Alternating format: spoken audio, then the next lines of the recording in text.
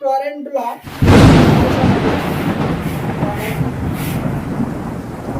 খতরনাক এবং বিষধর। এবং আপনারা দেখতে পাচ্ছেন অনেক চ্যানেলেও দেখেছেন এই মাকড়সাগুলো পালতে, আর বিশেষ করে এগুলো জঙ্গল এরিয়াতে থাকে। আর এটা এসছে, জঙ্গলটা দেখাও, এখান থেকে এসছে, এই যে জঙ্গল, এই জঙ্গল থেকে এসছে। সাইজটা একবার দেখুন আপনারা।